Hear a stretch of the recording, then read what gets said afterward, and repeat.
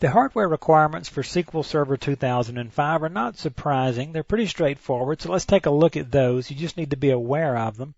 First of all, with the processor, you're going to need, well, let's talk first of all. Microsoft publishes requirements and recommendations. Requirements is what you got to have. It's not the way you want to live your life, okay? But these are stated, and if any of you guys are going to take the certification exams, you need to be aware of these numbers. If you're not going to take a certification exam, go to sleep for a second here. Processor requirement is 600 megahertz or higher. You certainly don't want to put SQL Server on that kind of machine. If you're trying to learn it at home, not a problem. Go for it. Recommended in a production environment, 1 gigahertz or higher. Obviously, the higher you go over 1 gigahertz, the better the service that you're going to get from your server. On the memory, this is kind of interesting. If you're running enterprise or developer editions, the requirement that you must have on the machine is 256 megabytes. Now, these stated amounts are for SQL Server only and not for the rest of the operating system. So if your machine has 256 megabytes, you may have some trouble running SQL Server 2005. It recommends 512 megabytes or more. The or more is the important part here.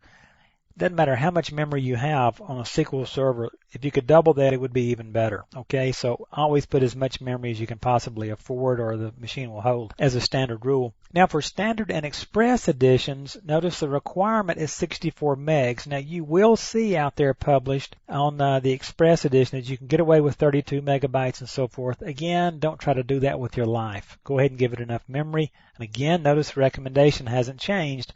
512 megabytes or more, and or more is the optimal phrase there. Now on the disk, this is not a huge deal for most people, but you do need to be aware that to load the SQL Server database components and make SQL Server function on your server, it's going to require somewhere between 95 and 300 megabytes of disk space.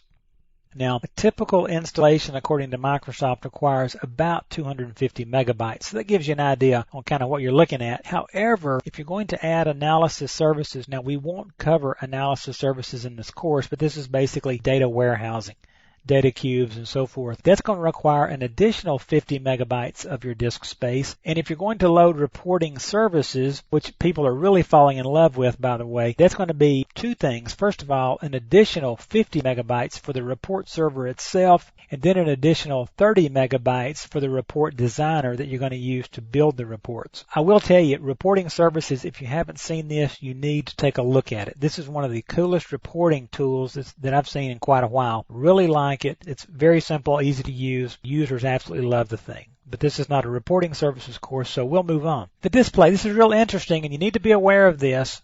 You obviously know you need a display, right? Your administrative tools are optimized for 1024 by 768 resolution. So if you're getting old like some of the rest of us are, and you tend to bump that resolution down sometimes, although I never go under 1024 by 768, you may have some screen utilization issues. Microsoft has built this for 1024 by 768 resolution, so just be aware of that. That generally is the hardware requirements. If you're not in violation of any of those, you should be good to go to install SQL Server. Just remember again, and watch for this in the real world, for the most part, the faster your processor, and of course you'll get into multiple processors later, but the faster the processor, the more memory you have, the better you're going to like SQL Server, the more efficient it's going to be, the faster it's going to run. One real quick general rule here that I've read in a number of documentation locations is that a general rule for a single processor on SQL Server is if you have 100 concurrent users or less. Now, of course, your actual mileage may vary, on and on and on, but for the most part, the general rule out there is if you have 100 or less concurrent users,